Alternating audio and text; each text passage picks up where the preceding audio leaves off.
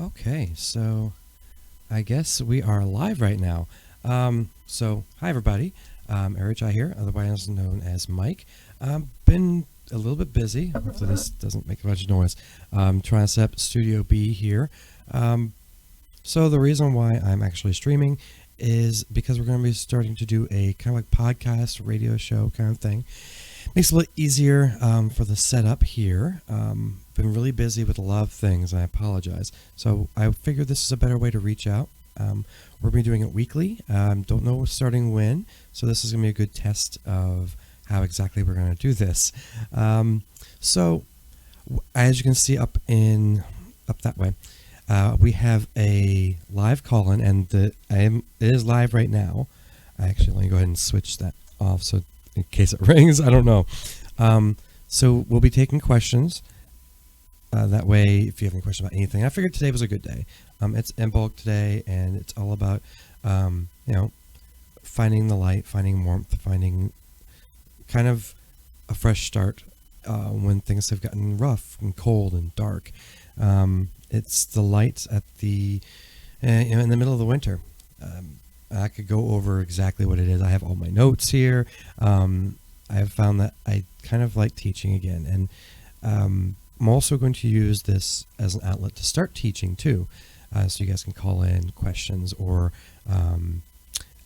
actually, if I can pull it up, I probably can't live, but I have no idea. This is all live right now, testing. I can probably go into the channel here and see what's going on live right now. I don't know. So hopefully this is going to the right place. And let's go into the videos here. I'm not sure what's going on. All right, that's fine. So if you guys are watching this, you probably are watching it live, which is good. I'm not sure what else to say here. Every week when we do this, it's going to be, live questions. We'll have a topic to go over. More than likely, let me see if I can grab it. I have all of the old files from Gaia's Wisdom, which we will be using, including all of my handwritten notes here for the syllabuses, and we can actually start teaching again. For example, the apprentice course was in, I believe, like 3 parts. Oh my goodness, this is crazy. Yes, it was in 3 parts. I think most of the classes were. The first part was the Intro to Paganism. Second part was the Unconscious Mind, and that was actually a really big class. And then the third part was the Interconnectivity of All, and once you got through that, you had your apprenticeship. So there was so much in depth that I would love to go over with everyone, and bring up questions or anything too. I know this number I have here is a US number. That's where I'm at, and I get the calls in locally. If you have a cell phone, you can call in. It doesn't cost you anything, obviously. I don't have an 800 number, I'm sorry, or an 888 number. And I'm sorry if this is a test show, so hopefully, let's see if I can do a bunch of other things right now too. So let's see. Let's go ahead and try and log back in as my other account so I can see if I can view the live stream. There we go. But I would love to know what you guys think about this new format, and what exactly we can do with it. So just want to go ahead and give that here. Let's see if I can get this going. Hopefully it doesn't pull in to, actually I could probably just mute it, but I can actually take in, there we go, all of the comments that come in. And again, most people probably won't be watching at this point. As soon as it pulls out. Sorry. There we go. All right. There we are. So it is actually streaming, so I can actually monitor the stream here in the chat and also talk to you guys here. You can also call in. So I know this is live right now, and I probably won't have a bunch of people watching it, but please leave a comment as well, and tell me what you guys want to see out of a live broadcast or a podcast. I just thought this would be a good time to discuss some things. So I don't have too many notes right now, but I do want to go over the fact that I do have everything here, and I would like to start teaching a little bit more. Let me know what you guys think about that. I'm sorry if it's very but let's see if I can do some other things here. So again, this is just a test, and thank you guys so much for being awesome about it. We're going to try some music here. Let's see if this goes through. And as you can see, this is kind of why I didn't want to listen to it. Oh, it's very nice, actually.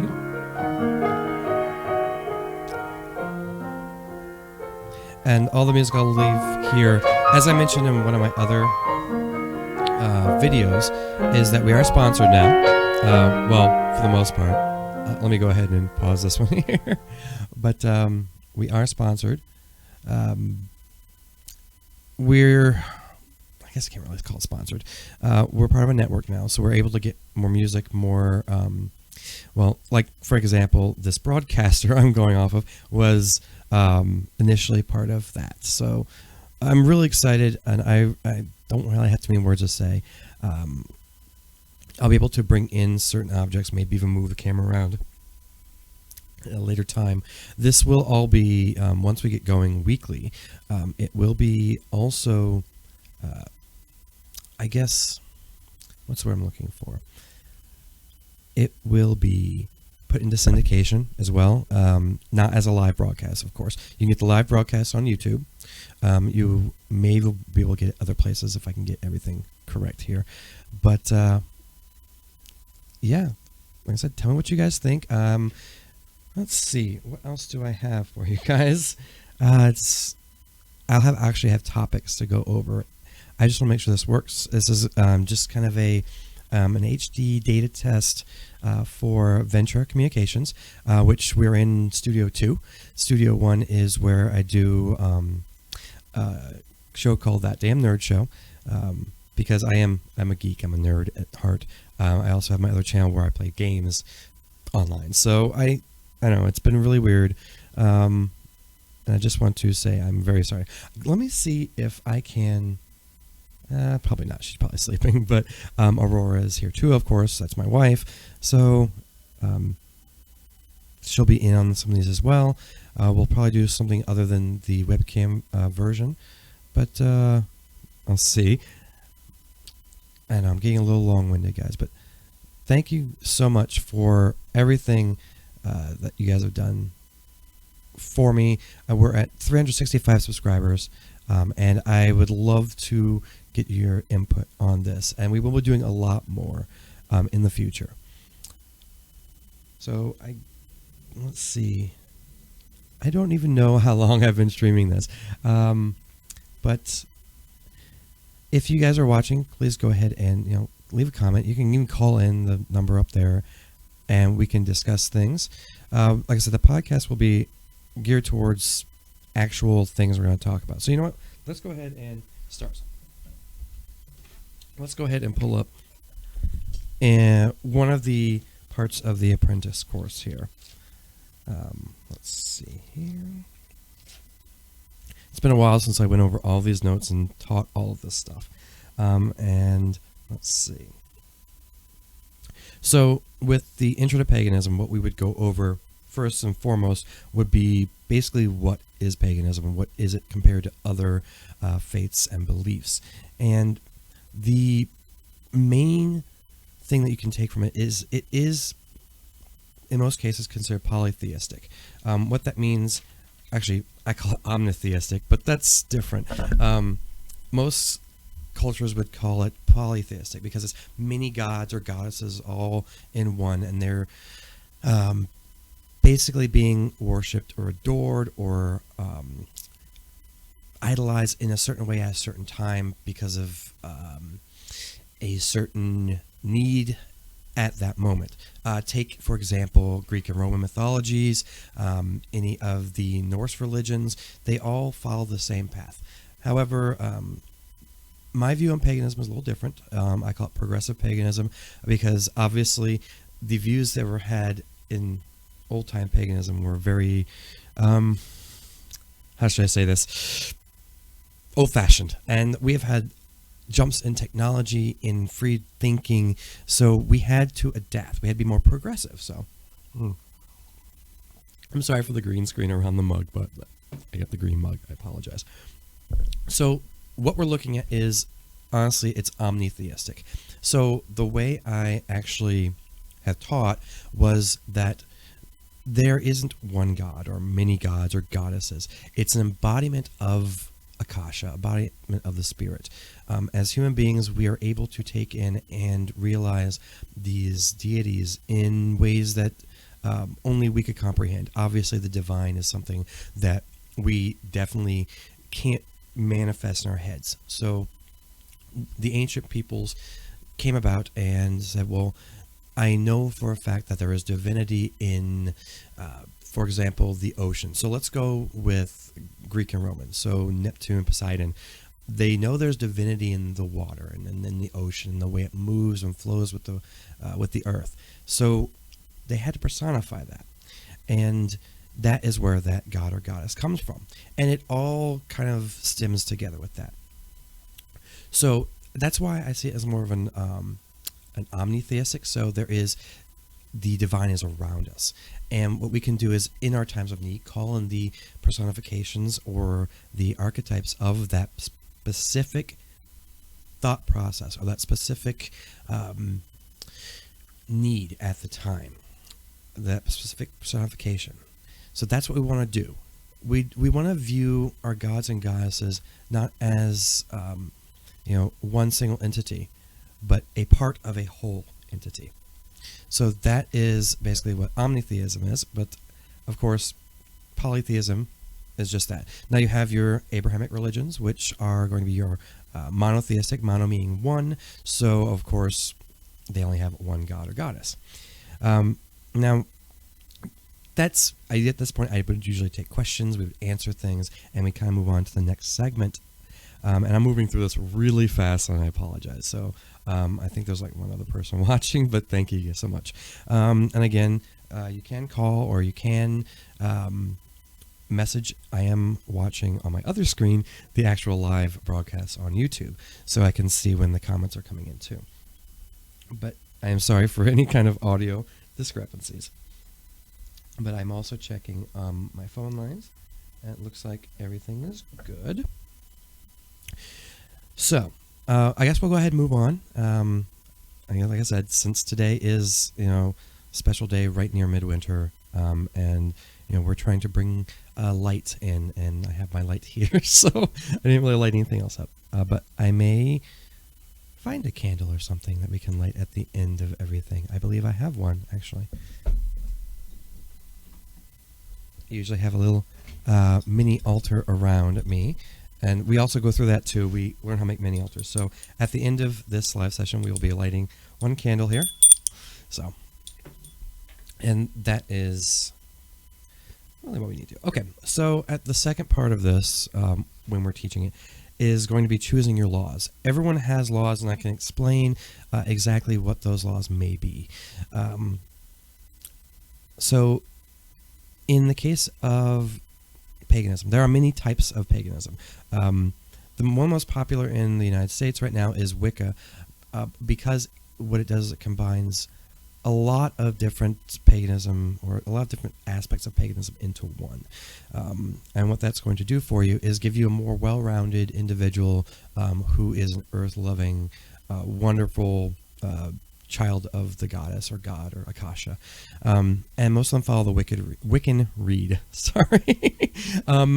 Now, the Wiccan Rede is very simple. It's longer than what I'm going to describe, but the base of it is do what you will and harm none. That's the basis. And I'm paraphrasing it very, very much so. Then you have also the Golden Rule, which is a lot of what the monotheistic religions go over, the Abrahamic religions, and that's why I kind of discussed that beforehand. This is the same thing, though. It's basically do unto others as you would have done to yourself, have them do to you, do unto yourself. And same thing, just don't hurt anybody because you don't want to be hurt.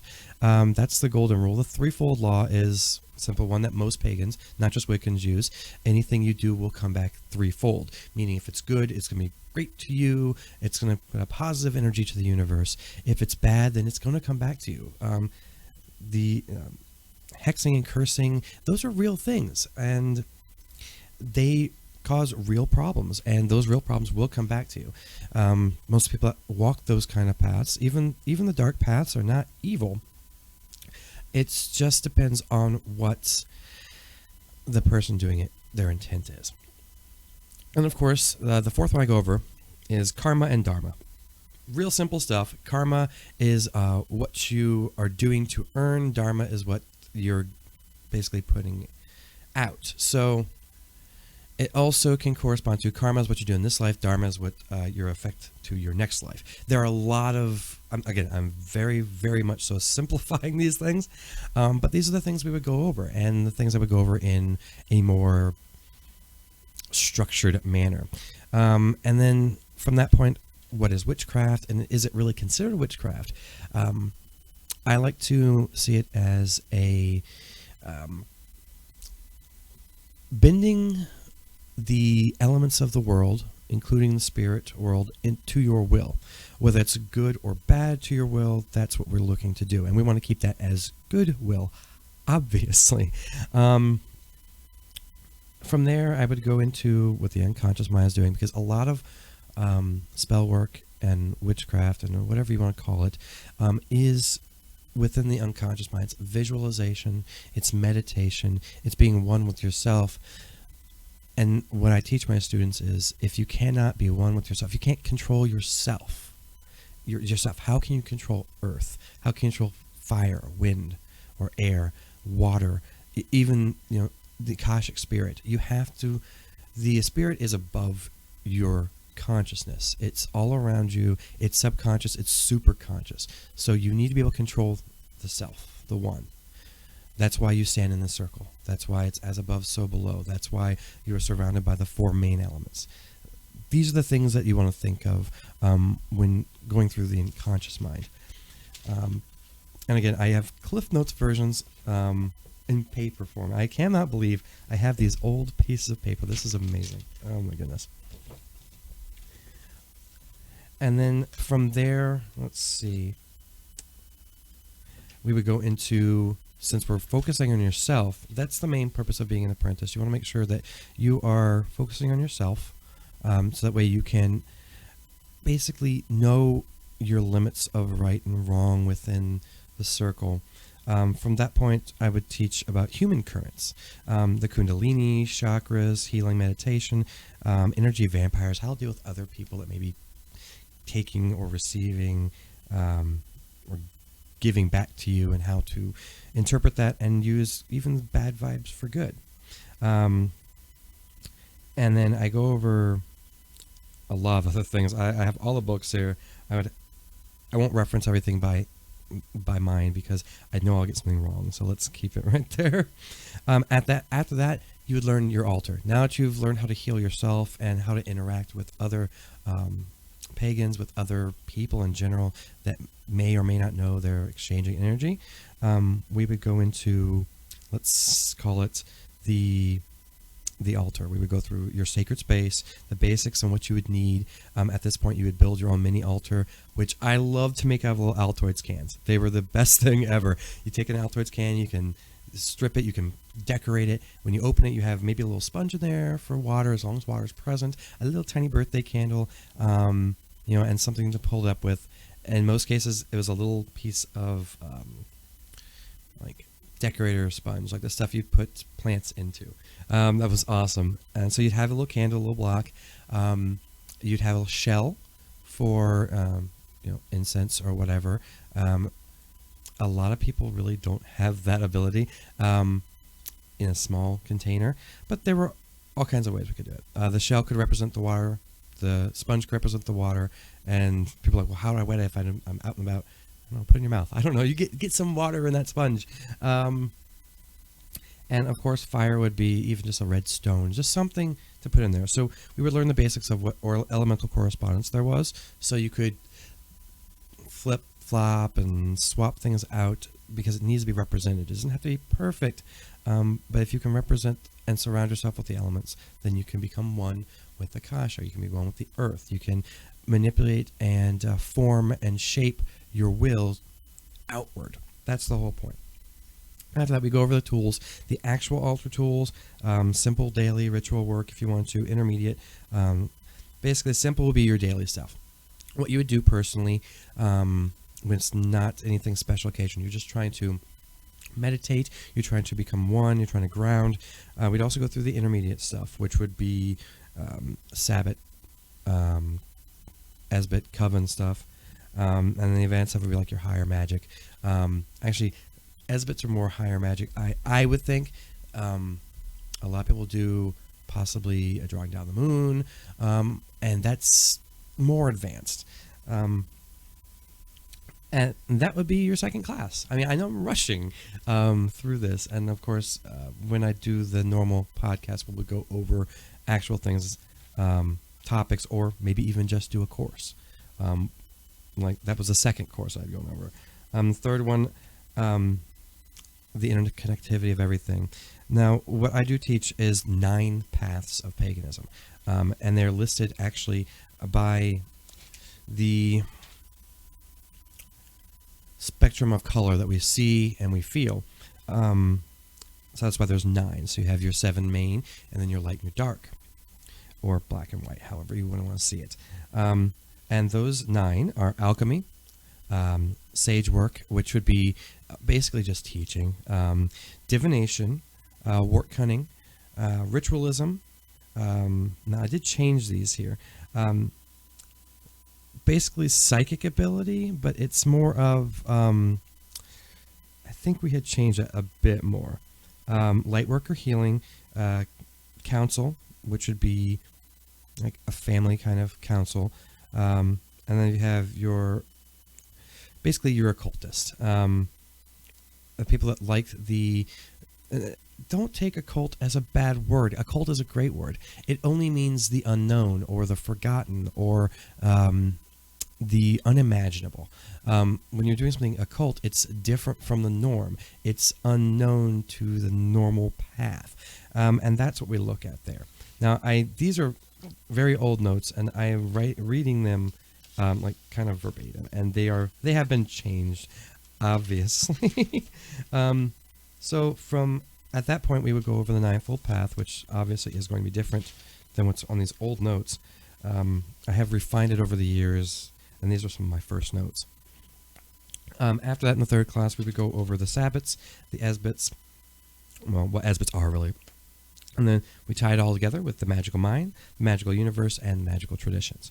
So from there, you can build your own. I would say most solitary pagans are going to not get much further than the apprentice level in their self-learning, I should say.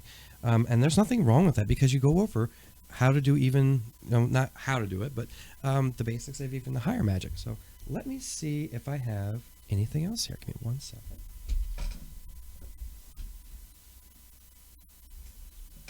Okay, so I do have my second degree folder, and of course the notes are very barren. I even have notes from other people. This is interesting. It's going through a nice little, and I don't know, you probably can't see it very well, but that's not my handwriting.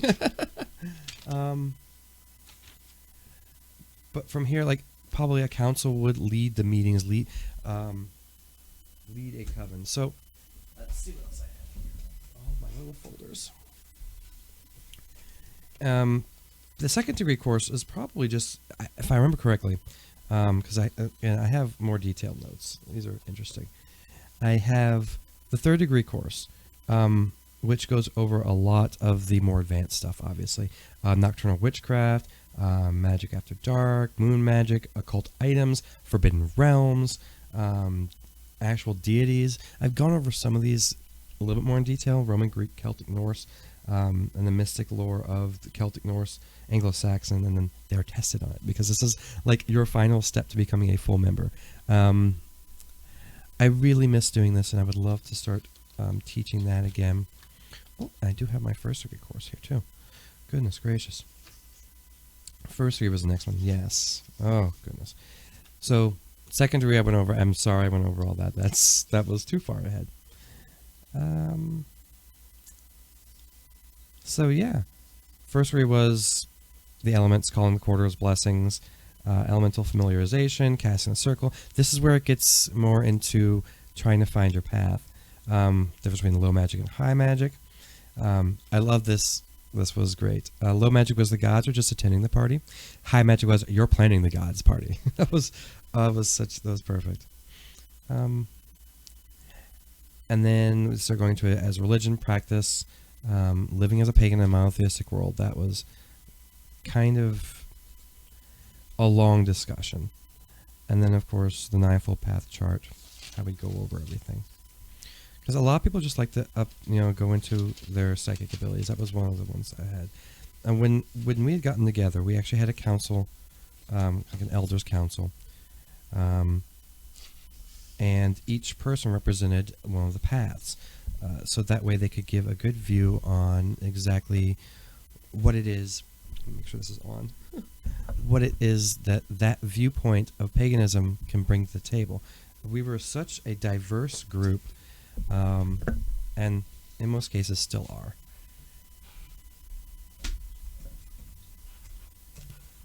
Okay. Now, of course, there was a priesthood course, and I was only able to continue one priest, or priestess I should say, before we left Gaia's Wisdom in South Carolina. So, unfortunately, the priest and priestess had to intermediately master all ninefold paths so they could understand, at least have a basic understanding of them. And, of course, we had the Reiki classes. So,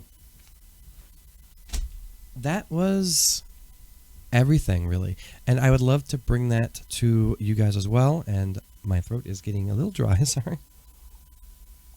Nothing like a good herbal tea. And even just to come on here and just talk about one subject is something that we'd love to be able to share with you. There we are. So before I go, I would like to share one thing, and hopefully you've all lit your lanterns, your candles, and done your blessings this evening. And I would like to thank you guys so much for watching, if you're watching live or if you're watching afterwards. Again, we'll be sending this over to this the local station that will be picking it up for syndication, and they'll of course get the recorded version, so it'll be a lot better that way. I did not actually record any of the audio. That was the one thing I want to do to record to send it over, but I can probably isolate it later. Anyway, thank you guys so much, and with many blessings, I will light this.